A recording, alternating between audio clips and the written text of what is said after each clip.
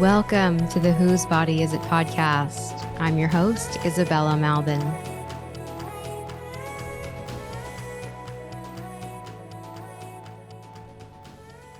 For those who don't know me, I'm a birth worker, a life coach, hypnotist, and a former liberal feminist turned radical truth teller.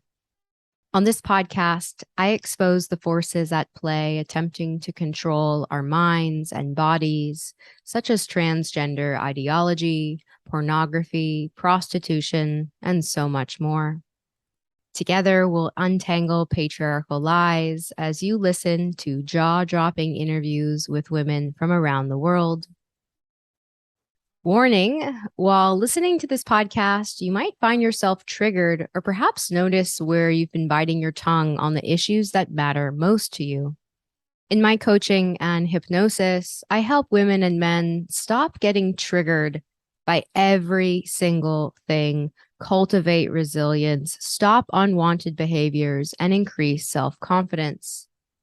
You can book your first session at whosebodyisit.com, and you can find that link in the episode show notes. And I just want to say that it's because of your endless support that I'm able to interview amazing women, get their stories out, and produce regular episodes for you. So with that being said, please like, comment, and subscribe to my channel on YouTube. And if you're listening in, leave a rating and review on Apple Podcasts or Spotify. And also consider making a financial contribution via the link in my show notes. You can also visit my activist sticker shop. My pro-woman stickers have the power to intercept transhumanist programming. So take a photo of your stickers out in the wild and tag me on Instagram at Whose Body Is It. Without further ado, let's get into this week's story. Today, I speak with my friend Adelaide Meadow. Adelaide is a traditional midwife, functional medicine practitioner, and women's movement specialist. Adelaide's work challenges everything we've been taught about the female pelvis. Adelaide believes that pelvic health is the apex of women's well-being and discusses why women need to prioritize it, even when our doctors, yoga teachers, and other wellness experts won't. According to Adelaide, this is not just a matter of health. This is a feminist issue. As young girls doing ballet and gymnastics, we're instructed to tuck our tailbones and suck in our ribcage, advice that contradicts our natural physiological alignment. This continues into adulthood, where we're often told to just train and move like men. Whether we're squeezing into skinny jeans and high-waisted leggings or constantly sucking in our bellies, the message is clear. Be smaller and take up less space. We discuss in depth how our female socialization undermines our vitality and why taking back our pelvic health can mean taking back our power. And Adelaide has just come out with a new course. It is called Strength Training for the Female Body. You can use the discount code Whose Body Is It through October 21st. The link to the course is in the episode show notes. Adelaide, I'm so excited to talk to you about all things pelvic health. I felt so validated when I started listening to your talks and your IGTV lives and your infographics, because I always knew yoga was bad for women.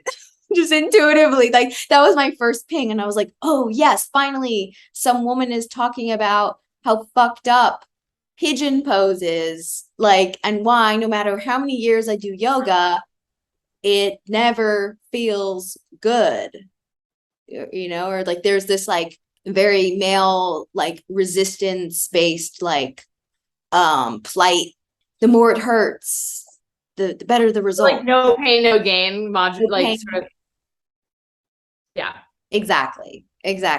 So there was that. And then I did your online coaching series, which was a lot of education around like liquid consumption and liquid intake, and how that was affecting, you know, my comfort, my frequency of peeing, my appetite.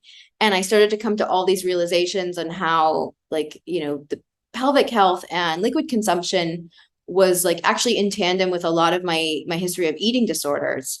So I think, you know, this episode is going to hopefully, you know, you're going to be dropping a lot of truth bombs, and I hope women make connections with, you know, female liberation, you know, prioritizing our comfort, all the lies of the medical paradigm, the exercise industry, the diet industry, all of these industries that really prey on our fears and our ignorance about the innate wisdom of our bodies. So maybe would you just kind of start off by saying like how you started doing what you're doing now, like your kind of your trajectory into this work? Absolutely. And you just touched on so many things that I want to like pull the threads on. But my name is Adelaide Meadow, and I'm a physiologist, and I attend home birth, and I run a well woman care clinic where I see women for all of their pelvic health concerns outside of the medical model. And just a few thoughts, and I know you asked me like, where did this start? And I'll get to that. But one thing I really want to just begin by sharing is that our health, and I know we could have a lot of lenses where, you know, people will say like, oh, health begins with the gut, or health begins with your nervous system regulation or whatever. But I have the lens, and those are valid. And I've learned a lot from people who have those perspectives. But from my perspective, I believe that pelvic health, specifically for women, is the apex, right, of our overall physiological health and well-being. And the reason behind that is our sexual and reproductive capacity as mammals is the reason for existence. So every other physiological system, be it our nervous system, our digestive system, our circulatory system, our endocrine system, whatever it is, they're all fundamentally in service of our sexual and reproductive systems, right? And they exist in order to serve those systems, right? So I like having pelvic health as sort of an anchor, or a way that we really come back to the basics in the sort of broad realm of like holistic or integrative health. And I think so often it's not even on the table, right? So often women come and say, oh, I have back pain, I better work out more, or, oh, I have IBS, like I better not eat dairy, or whatever it is. And no one is actually looking at the structural function of our female physiology and how it relates to the unique female pelvis. And I would argue that that is where I want all of us to begin our care for ourselves as women, is orienting in what is unique and physiologically the center of the female body, right? And by beginning there, rather than that having be the end point, I think we just see far better health outcomes. And that's really what I'm here to be interested in. And then the other thing that I also thread that is sort of underpinning my work, rather than sort of this baseline of pelvic health and its importance overall, is the fact that our pelvic health and our women's health is a feminist issue. And so therefore things that are harming our women's health, right, are almost always targeted, in my opinion, or have a profound effect on our pelvic health overall. The fact that we are taught to sit, stand, walk, move, breathe, work out, and eat, and do virtually everything that supports our body in a way that is often contraindicated to our female physiology is all based on largely having our bodies look and appeal to the male gaze, right? And then having that sort of walked back down to the nitty gritty, we're learning and practicing in the name of our integrative health, nonetheless, practices that are largely not centered on female pelvic integrity. And that then really quickly becomes, oh, wow, well, why am I doing this? And who did teach me how to do this? And is this based on women's liberation? Is this based on female comfort? Is this based on true longstanding women's health in the way that we define it individually for ourselves? And so often the answer is no, right? And so very quickly this, it starts to fall apart, I think, when we're looking at a lot of our sort of integrative health culture, which I've been very steeped in the sort of holistic health world for now over a decade. And the center of my work is really bringing that back to what is observable physiologically by women for themselves, rather than through an outside assessment model. coming back to just a basic and cursory physiological understanding that I think we should all have on our bodies, that doesn't just include our cycle tracking, but also includes our structure and how then all of the systems that really are there for us to understand, right? How they are all informing our overall pelvic and reproductive health. And when we begin from that lens, I think we ultimately end with just more female-centered, body-centered, liberatory health practices.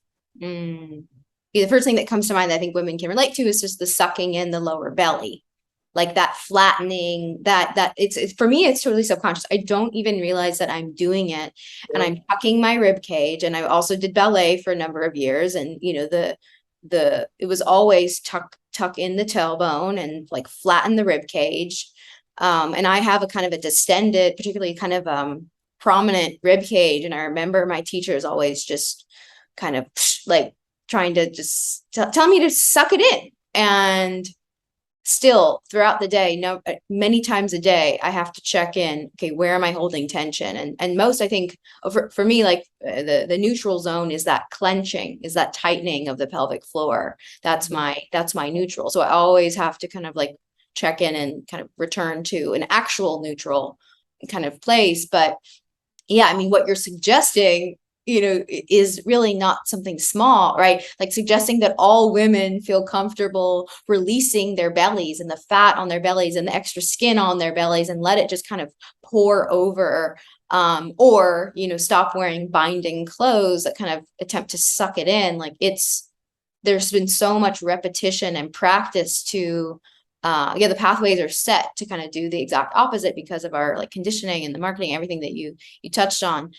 But, you know, your work is, you know, saying obviously that it can be undone and it can be healed and redirected with education and practice and exercises that are supportive of female pelvic health. Yeah. And I think that this is where, and I just want to sort of speak on your example. So I bet there's a lot of women here that grew up dancing, right? Just because how many little girls are put into ballet, like so many, right? Or even just grew up in, you know, in sports or gymnastics or whatever, where you were largely told to tuck your tailbone under and suck in your low belly.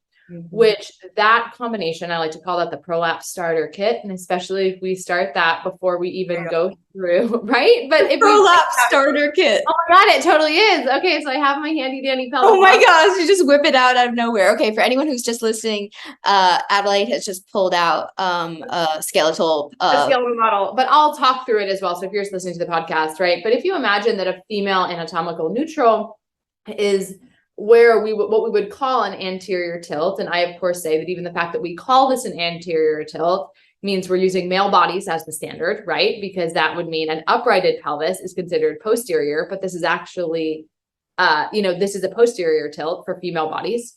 The idea of having this anterior tilt, what that therefore is allowing for is the floor, sort of the bottom pelvic bones, which are your inferior pubic symphysis and your ischial tuberosities, that they can actually sit below the pelvic organs. They can sit and support from a structural bony perspective, the bladder and the uterus. And then they have that support. And then we allow the lower belly, that lower abdomen, which I often like to refer to as the frontal pelvic region, because even the concept of calling it the low abdomen emphasizes the idea that there are fundamentally abdominal muscles as being the primary structure in the region, which the abdominal muscles are definitely not the primary or even the secondary. I refer to them as the tertiary structure in that low pelvic region, right? But so calling the low abdominals, even that to me feels like misogynistic language, but in that area, if we are in this posterior pelvic tilt, so we're literally tipping our organs away from their bony support and then sucking the abdomen back, then we're actually pushing them into the body, just creating pelvic descent, right? We just allow for the arrangement and the force that's held into the pelvis to be moving our organs into a less supported position. And if we ever were wondering if this is a feminist issue, holy smokes, we are currently at, and I don't, know this exactly as of this year, but an approximately 40% hysterectomy rate for American women by the time they reach 75, right? And so I just like to always compare that. If we're doing complete hysterectomy, so that's complete and total medical castration, the removal of our sexual organs for up to 40% of American women. Imagine if we cut the balls off that many American men, like 40%. Like clearly we would then see that as harming our overall liberation, right?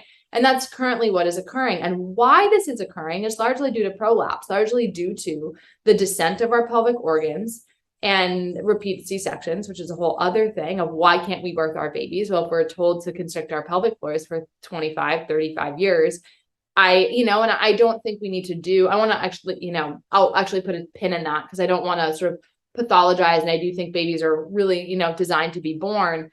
And it just is adding stacks and stacks and stacks against us, right? Within all of our work, right? And then like, oh, I don't want to gain too much weight with pregnancy, right? So I'll do all this abdominal work and do all this pelvic floor conditioning that's not actually based in physiological birth because no one's preparing you for that anyway, because they're just going to section you, right? If it doesn't happen easily. And then if you have a section, the likelihood that you're going to have a hysterectomy later in life skyrockets, right? And we just start breeding all of this that, guess what? These are basic female pelvic functions. And we can talk about it. And I think we do talk about it culturally from a lot of different perspectives of like, what's happening with obstetrical violence or like, how women are fear coerced into childbirth and all of their different choices there. But I think we're rarely actually talking about it from a physiological perspective and from how everything in our lives, everything in our anatomy is structurally designed to prepare us for childbirth, truly, whether or not you have children. And so therefore,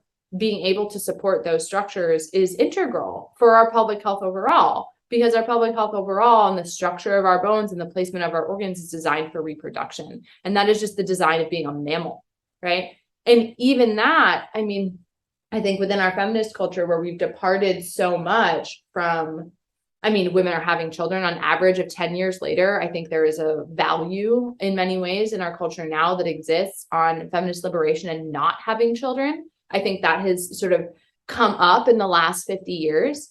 And in that, I'm not really here to sort of talk on that point per se, but I think wrapped up in that is an inherent departure from the design of the body. Not that we're saying that you need to have children in any way, but ultimately as an adult human female, that is the actual design of your physiology. And supporting that design on every single level is the purpose of every single other physiological system in your body, right? And if in our departure from the sort of childbearing continuum as a culture that has arisen along with liberal feminism, we also have, I think, departed from really the, this comes into the trans stuff so much as well, like really departed from the actual structural realities that need to be identified and supported for optimal female health, right? Because those structures are designed for reproduction, right? We need to support that capacity, no matter whether we're actually having children out of our vaginas or at all. Oh, I couldn't agree more with everything you just said. And the image that comes to mind is like, now we're living in an age where we're just like Mr. and Mrs. Potato Head. Like you can just kind of put together and plop and rearrange. It's whatever you want. Anything goes. Whatever you say is powerful or empowering. It is. But what you're speaking to, what I think like just more evidence that all the trans pharmacological kind of takeover of women and males' bodies, is it's. So anyone who knows anything about physiology, right, knows that like not one single part of the trans pharma takeover is optimal for mammals, like in any way, shape, or form. Like there is nothing optimal psychologically, spiritually, physically. There's just absolutely nothing in that whole arena that can be justified scientifically in any way, shape, or form that it is for the well-being. But that's the lie of it's all for the well-being. And like we've talked about this, and I think a lot of people listening maybe have heard this point before, but as far as sexual education and women's health goes, and we were just kind of making leadway in being able to name the parts of our bodies, like distinguishing between a vagina and the vulva, and still, like, my experience working with you, there was so much more I didn't know. Like, there's so much still to learn about female pelvic health, our reproductive systems, everything. And we're just kind of going backwards. So I think just as cycle tracking, learning about your cycle opens up so much. For me, like pelvic health was like another layer like of the onion just kind of being revealed, the gaps and the lies. And it's not, and just like birth education isn't like about the birth, it's about like society, it's about boundaries, it's about discernment, it's about making choices. It's like all about these, it's all about these other things. I find that the same thing about the work that you're doing. It's not just about physiology. It kind of has these ripples into how we live our lives and how we center our female bodies in our lives. And I love that you saying that and feeling like it is another layer, like where we can peel back the layers on like birth culture. And I know that, we met in Radical Birth Keeper School years ago, right? So outside the system midwifery school, we both already been attending births and both had, seen the horrors and been, we're ready to, do something different. And like, that's just one layer. And I feel like for me, I came into attending births, and this is sort of more coming back to what you were saying before. So I personally, had a really big healing crisis, which I think is really common for a lot of people, but I was very, very sick and injured and was in the hospital for a number of years due to a traumatic accident where and in many, aspects, I, was struggling, but I specifically broke my back, my hip, and my pelvis, and then had such severe trauma that I bled every day for a year. Right. And even just thinking about that. So I had severe head trauma. I had brain bleeds. I broke my neck. So I had a lot going on. But what I think, and this is what no one spoke to me about during that time where I spent about 5 years really like putting my body back together after that accident. And by the way, I feel great now and had no reparations and no surgical reparations despite all of those fractures. So if you ever want to the deep healing of the body, be sure to check out my work. But the thing that no one ever spoke to me about is I was like, why am I still bleeding? I said, I bled. I had my menses every day for over a year. And what, I now know, but no one cared. They're like, oh yeah, that could just happen. That was essentially the information that I was given, as opposed to your body is in such a state of healing, truly, that it would be, if I couldn't conceive a child, right? It would kill me if I got pregnant probably at that time, right? It was not, I was not in a state to be able to support that. So it's just an intrinsic sort of response to that just elevated healing to, not ovulate essentially and just be forever sort of spotting and bleeding that entire time. But somehow then the idea that I would need to heal and recuperate my pelvic health after having that experience was never brought into any of my healing. And this is after, I would be in, between OT, PT, cognitive therapy, that for, all day, 5 days a week. Like it was my whole life being in rehab, and no one brought this up to me.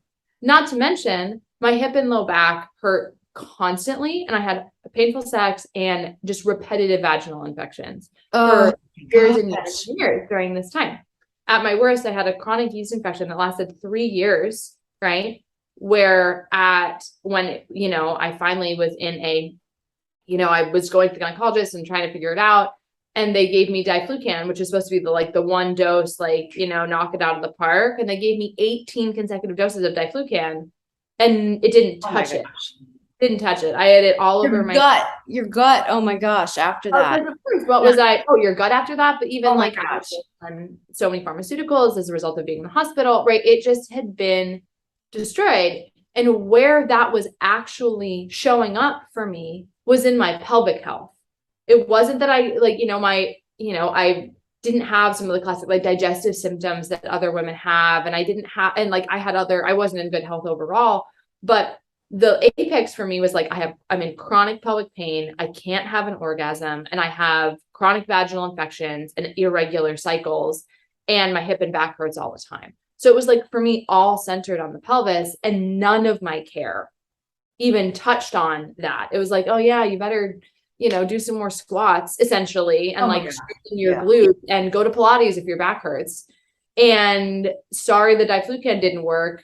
Guess you should, revamp your whole diet and do an elimination diet because you have, candida overgrowth, and you should, cut out all these foods, right? That was pretty much what was given to me, even from the holistic health route, right? And for me, none of that actually was significantly effective, right? I will say, of course, there's, a dietary aspect, and I want to say that there wasn't a dietary aspect to my, healing in that acute time period. However, that for me, at least, was still very steeped in like weight loss culture, food elimination, wanting to be skinnier, not feeling like I could move or work out just because of my structural injuries. Like it was like, oh, how can I heal my, pelvic infections while also I would love to lose 15 pounds. It was always just sort of built into the assumed goal for my overall female pelvic health. So fast forward, I know, as you mentioned, I've taught yoga for over a decade now. And I also, did deep studies into anatomy and physiology. Then I was on a licensed midwifery track and took some courses into that, and then I switched into non-licensure midwifery track. I also did, oh my gosh, I can't even name. I mean, so many trainings over the years, so many trainings in birth physiology and, myofascial release, tongue tie, massage therapy school, like just a deep dive into physiological learning. And over and over and over again, what I saw was a lack of emphasis and a lack of differentiation between male and female bodies.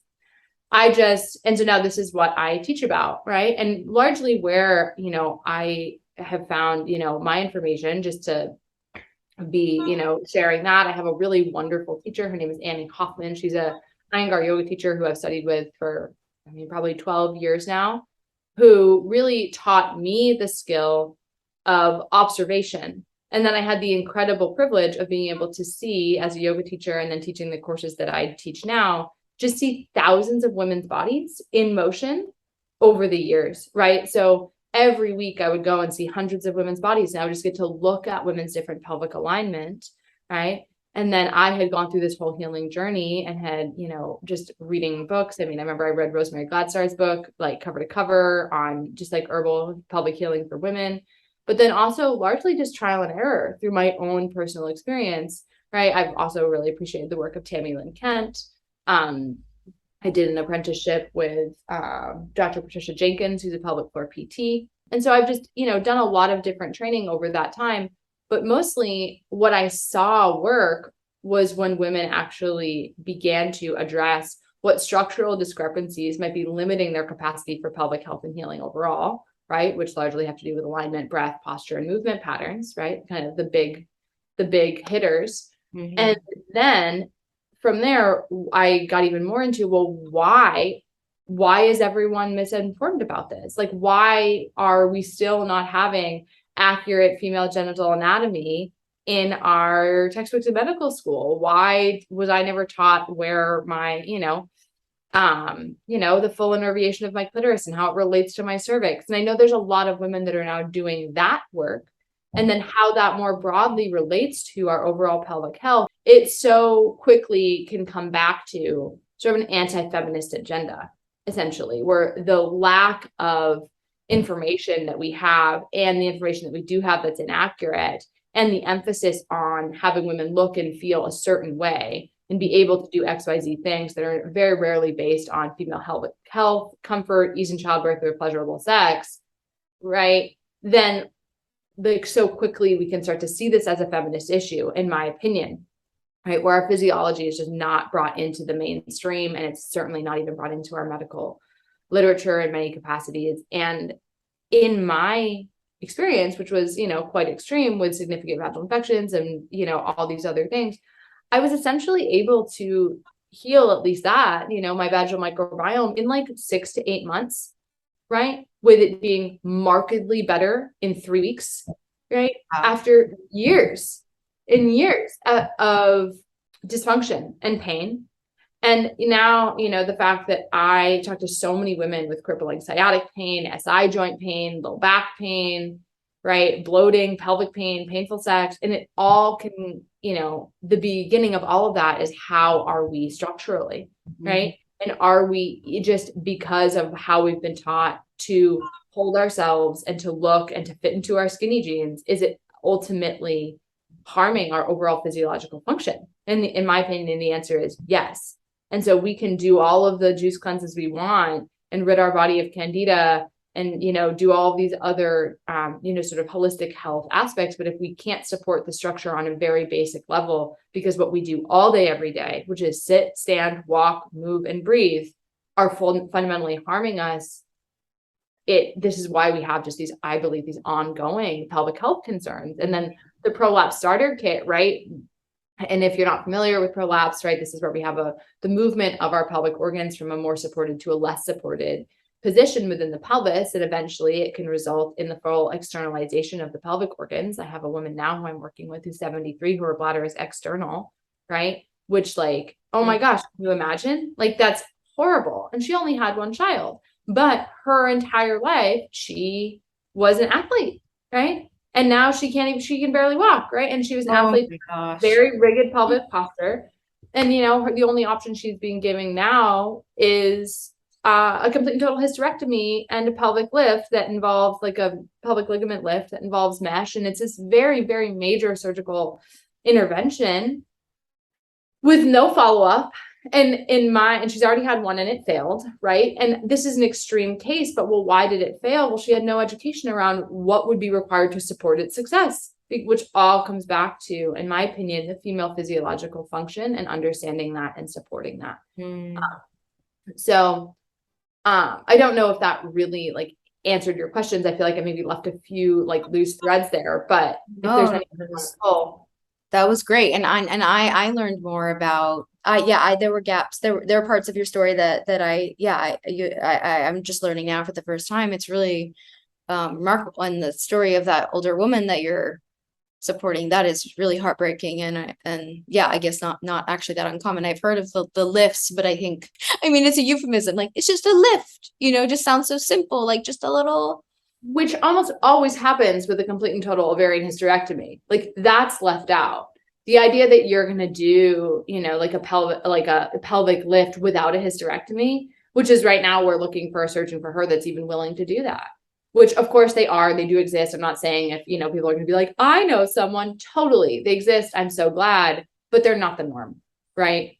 And so often they kind of, you know, happen afterwards where you're like, oh, I had a hysterectomy, and guess what? It didn't actually help that much. And so now we're going back in to have these more invasive pelvic surgeries. And I feel like we talk about this in relationship to birth and childbearing. I feel like this is very much in the ethos. We're in this moment of, you know, home birth resurgence and physiological birth courses, and, you know, and absolutely, like, there are, you know, women in our community, I mean, definitely Emily and Yolanda, who are like moving this conversation forward over the last 5 years, and many others. But the conversation I don't feel like that is being moved forward is how that all relates, and how it is just as dire in all of our other women's health concerns, right? And how having the same feminist backbone for our pelvic health is required in the same way that it is for birth. I think it's really easy to say, oh, look, see how harmful this all is for women. See what this is doing to women. This is clearly anti-feminist. But the way you treat your UTIs, oh, no, that's actually fine, right? That doesn't have anything to do with sort of anti-feminist culture or misogynistic care. And I would argue it absolutely does, right? And just due to the outcomes, due to our poor, like, deplorable pelvic health outcomes. How many times would you Google, you know, like, oh, I have repetitive yeast infections, and it's just like, yeah, that just happens to some women. You're probably eating too much bread. Like, what? You know, like, it's all wrapped up. And this is really what my interest is sort of bringing our feminist liberation movement to our pelvic health, right? And I mean, this is a story I feel like that's warrants being told. So, and then how this all wraps into the trans rights agenda, right? Which I think is actually, you know, more, I think it's more looped in than we might even, you know, see on face value. One example, right, would be Roe v. Wade was recently overturned. And now, you know, as someone, and I know you are as well, someone who is sort of interested and, you know, in facilitating and assisting women in their, you know, their entire care of their reproductive health outside of the medical paradigm, right? You know, I made a post, and this was very, you know, sort of inflammatory, that, you know, it was really our liberal politics that set the stage for the overturning of Roe v. Wade. Right. And if we're looking back into the feminist movement that, you know, I definitely learned from books like Our Bodies, Ourselves, and, you know, and like the Cambridge Women's Health Alliance. I live in Boston now, right? And these are organizations that were based in that sort of second wave feminism era that were entirely geared towards women understanding and caring for their bodies and caring for them outside the medical paradigm and with other women, that were based on, we can map our own genitalia, we can understand our own pelvic health, we can assess ourselves, and we can do these things for each other, and we don't actually need anybody to help us. And that was the wave, right? That was the sort of the movement and the cultural ethos in many ways for both Black and white second wave feminists that brought the rise of even Roe v. Wade being brought to the Supreme Court. Like, that was the feminist backbone of the moment that allowed that to then elevate to national politics.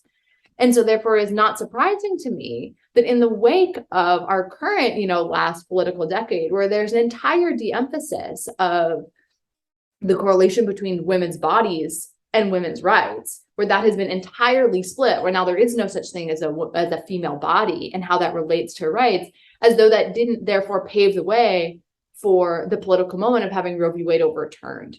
Just like it's the exact opposite that paved the way, that connection that allowed it to be elevated in the first place. It's that disconnection that I personally think is a huge component of why now, right? And if we're looking at, what is going on, like, in sort of from a political perspective, like, there has been, political and religious opposition to pregnancy termination forever, right? Like, really, even the concept of it came out of, sort of a, comes from this sort of conservative and often, religious affiliated value system. And that isn't new. Right. So what has changed? Like, what has actually shifted? And, and I know that this might not seem to be like on face value, where it's like, well, we still see the liberal left are largely are like the ones who are supporting pregnancy termination rights. And while that is true, I mean, the obliteration that's also happening on behalf of our like American leftist politics of female sex-based rights, it's like you're talking out of two sides of your mouth, right? It doesn't, there isn't actually a cohesive front. And not that I, am here to do any sort of political advocacy necessarily, but the how wrapped up our health is and our women's health is, not just on behalf of pregnancy and also just on the behalf of pregnancy termination, with whatever's going on culturally and the views that we have about women, right? They are always inextricable. And this extends absolutely into our natural health communities and outside of just pregnancy and pregnancy termination, but into everything that has to do with our female bodies and our sexual and reproductive health. And even just our pelvic health more broadly, thinking about things like urinary tract infections, or I was assisting you with things that had to do with your bladder, right? And like so much of what you had been told about your bladder, right? Like the water. Oh my God, the water consumption. This is a huge one. Oh my gosh. Women that just struggle so profoundly with, I have to pee all the time. I feel like I can't hold my bladder. I feel like I have a small bladder. I really try and stay hydrated, blah, blah, blah, blah. And women who are drinking a ton of liquid. And where does that even come from? Like this concept of drinking tons of water. And even if you are mineralizing and restructuring your water, blah, blah, blah, fine, great, love that, continue. But the concept of just drinking as opposed to eating, the idea that like water and water consumption is perpetuated as like the primary thing for weight loss, and that women are always being told to lose weight, doesn't matter what size you are, right? And specifically me being in I teach like fitness classes. It's not really as much anymore, but I definitely, came up as a professional in that particular industry, right? The subtext of our have smoothies, have matcha lattes with collagen, and drink structured water. There is a not so below the surface of, a message that's not so far below that is drink, don't eat. Yeah. Right? Oh yeah. And that is limit calories, and that is flush out the system. And then you add that with like a postural, setup or postural structure where you're putting constant pressure on your bladder, and then a lack of even understanding about how the bladder functions to begin with, because no one's even telling us about the unique innervation of the female bladder and how that's actually different from the male bladder, and why it's different from the male bladder. And it's different because when we are pregnant, our babies are growing in our wombs, and they're putting pressure on the bladder in a way that never exists in the male body. So therefore we have different innervation that can accommodate that specific physiological capacity of female bodies. Right. And then we come up and like all of that then contributes to when we have, you know, approximately a 50% incontinence rate at some degree, right? 50% of women after the age of 50 are having some degree of bladder leakage, right? And if you are wondering, you're like, where are you getting these statistics? Just ask the women in your life, ask the mothers over 50, right? If they've ever in their course of their, you know, adult life, or even just women who haven't had children, if they ever laugh and pee their pants. Do you ever hear men saying that? I laughed so hard I peed myself.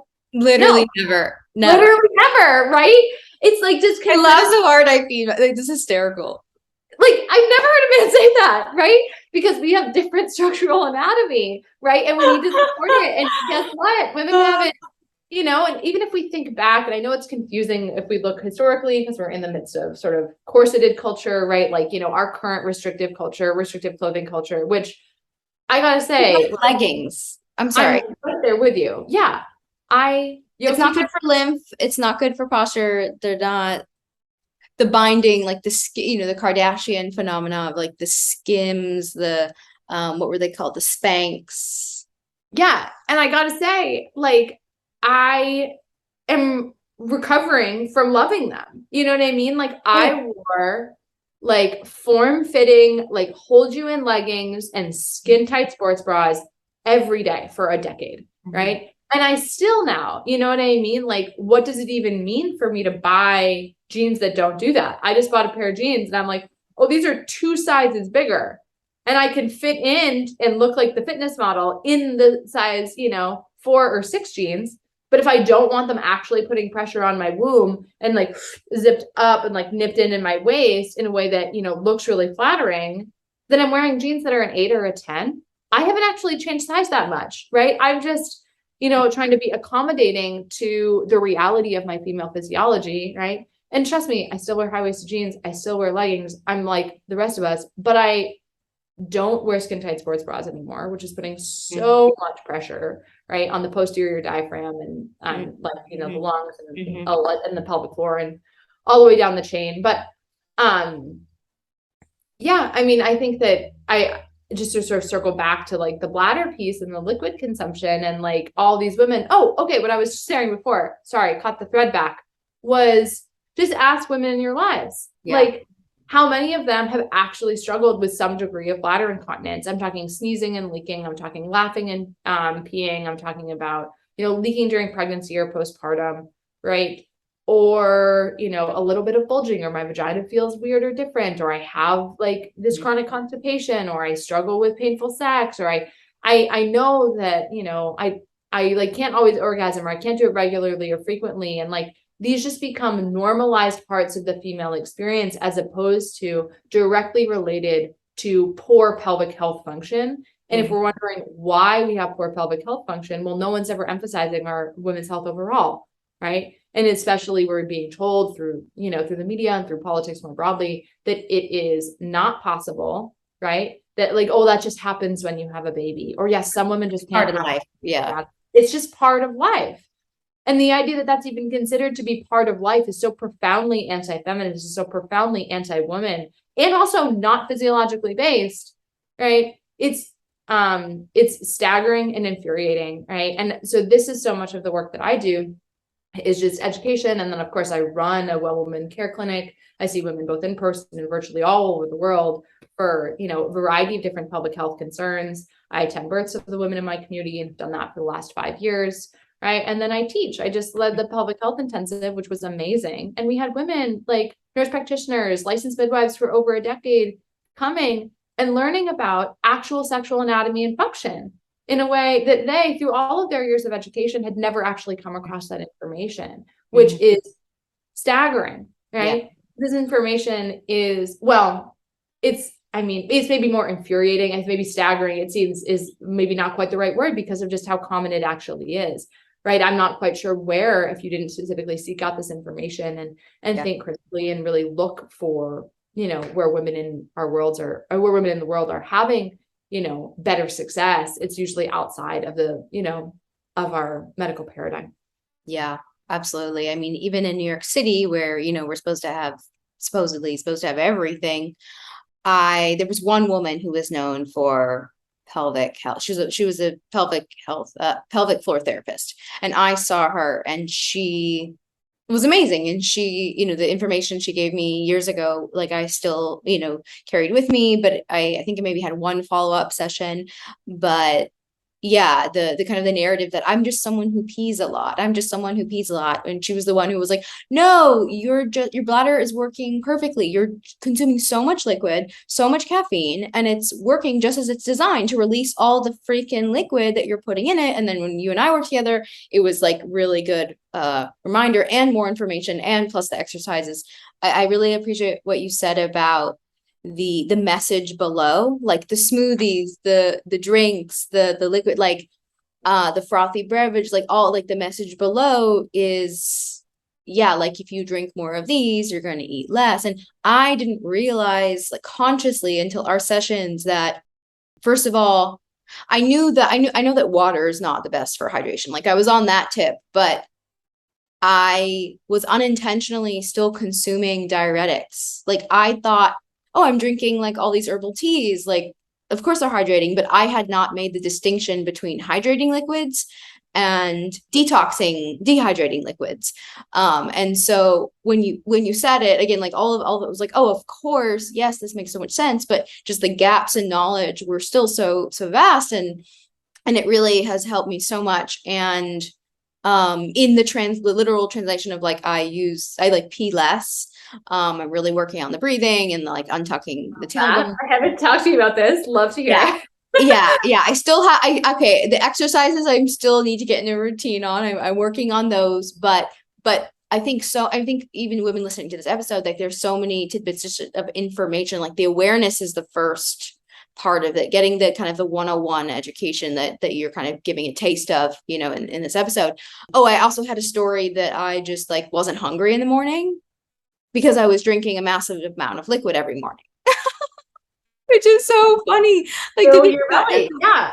But like all my friends, like so many of my friends are like, I'm just not hungry in the morning. Like, I don't eat breakfast. I'm like, oh, that's interesting. Cause like, I thought I was like that too. And then I realized I was just consuming mass amounts of, of caffeine in the morning. Or even 1 cup on an empty stomach, was enough to suppress my appetite. Me too. It's all it takes. Like, and I love matcha. You've really deepened my love for matcha. Part of our, and like, I will totally, and just like drink tea or drink, I try not to drink coffee, though I would love to, but like, and then I don't have to eat until 11 o'clock if I do that. And then add that I like go to the gym, like, you know what I mean? It's how common is it that women wake up, they make like a frothy beverage with a little bit of collagen in it, and then like go work out. And that's like lauded as like the prime morning routine, right? And cool, that might work for some, but if we're thinking more sort of longevity, long-term metabolic health, how your metabolic health is related to your pelvic health, how if you're having, and even just how everything's connected, right? And what that looks like in your cycles, and then what your cycles are doing to you structurally, how your structure is affecting your cycles back and forth, and how it all is also, if we're starting the day, and this is just classic, we start the day with a diuretic, we start the day with, liquid in the body as opposed to food. So we're not actually jumpstarting our full digestive capacity, which of course comes to fruition with movement in the pelvis. I can't overstate this. How many women come to me saying, oh, I've tried everything, and I have painful sex and blah, blah, blah. And then it like comes up later that they have, Crohn's or IBS or have all these, which I get that those also exist from a sort of autoimmune perspective, which that's a whole other thing that we're not going to talk about today. I do have a lot of thoughts on that though. But the idea that you've tried everything for your digestive health, and it always comes up as like second. Yes. Before pelvic stuff. And then I'm also like, but are you literally not eating? One, you're not like eating enough food. That's a huge one. Or two, the actual arrangement, like digestion is a manual process. I want to put this on a fucking billboard, right? Digestion is a manual process. So is elimination, right? They require movement in our fascia and movement of our smooth muscle tissue, which is directly related to our hormonal blueprint and how our smooth muscle tissue contracts or doesn't. It's also directly related to our synovial fluid and our lymphatic fluid. And the primary lymphatic cistern, the largest lymph node in the body, sits in the pelvic bowl, right?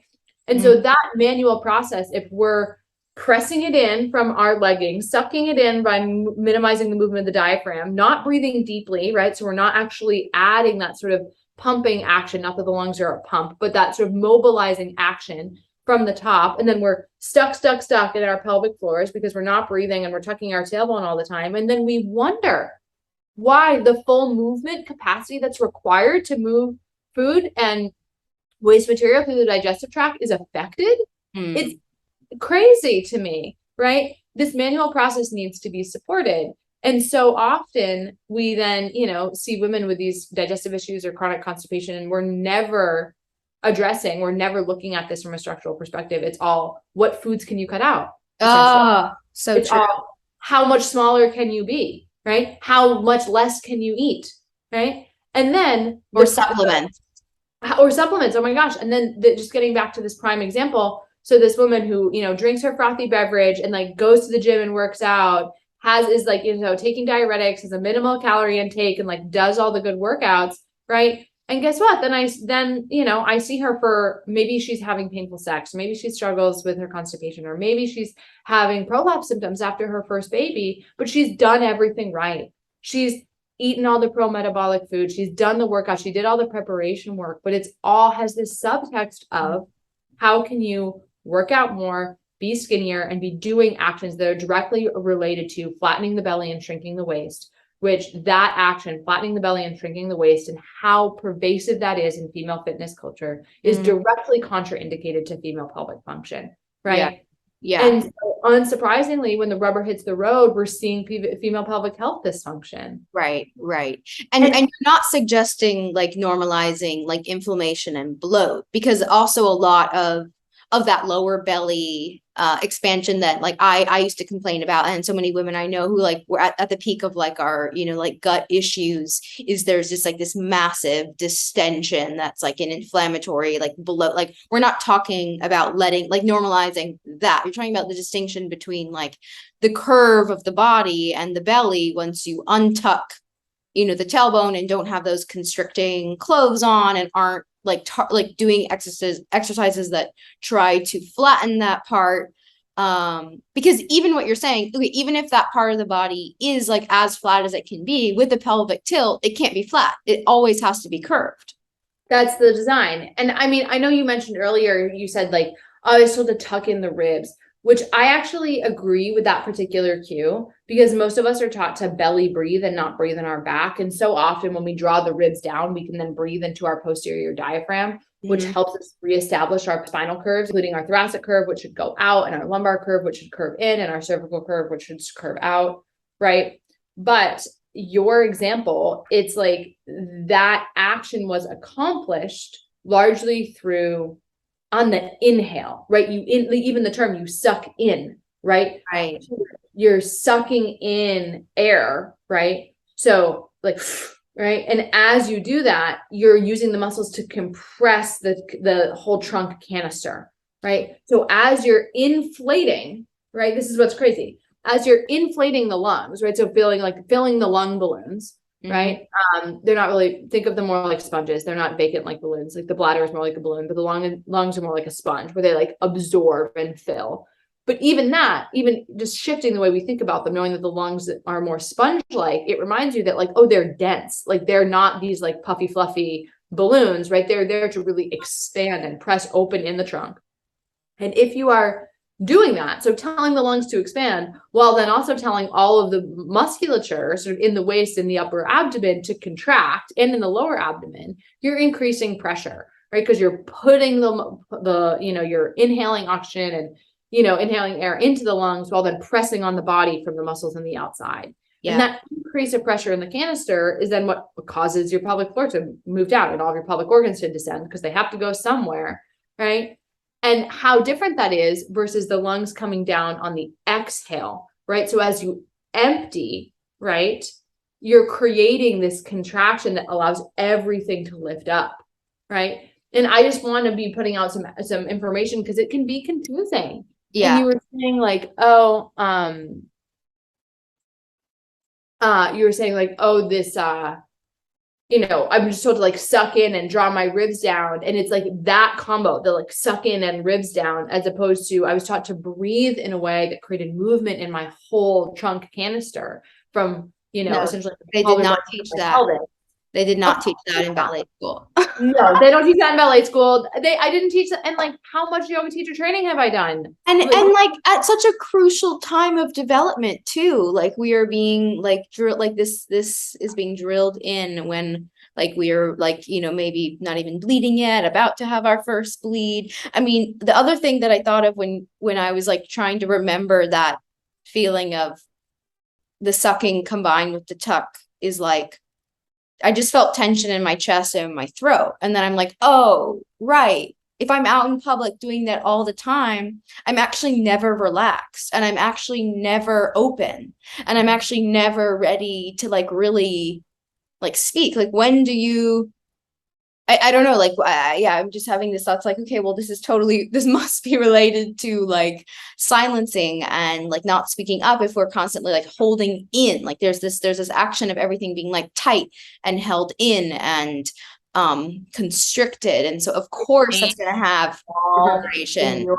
Yeah. Contained, small, demure, visually appealing.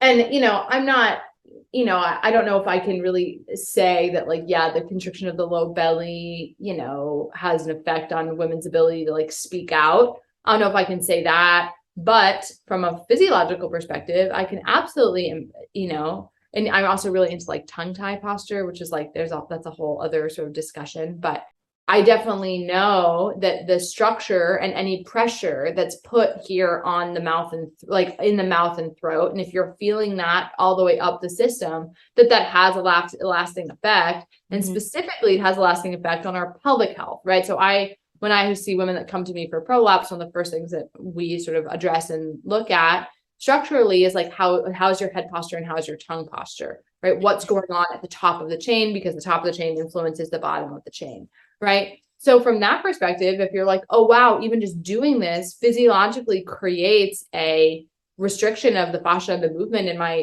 sort of up the fascial chain, like that, I think is an interesting point to make. And there's so many other things that get wrapped up in here. I'm also maybe that's a little off topic.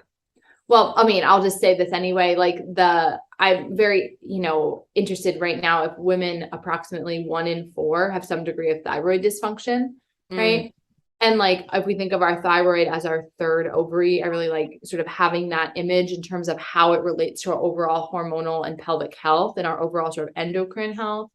And, I think the restriction personally in our like tongue tie culture, right, where we have a lot of women that are having sort of different structural and midline defects, that's naturally putting more pressure on the thyroid and putting more pressure on the pelvic, right? It's putting pressure all the way down. I see far more prolapse with women who have tongue ties, which like, that's, I think, a shocking thing that I don't really have. Oh my gosh.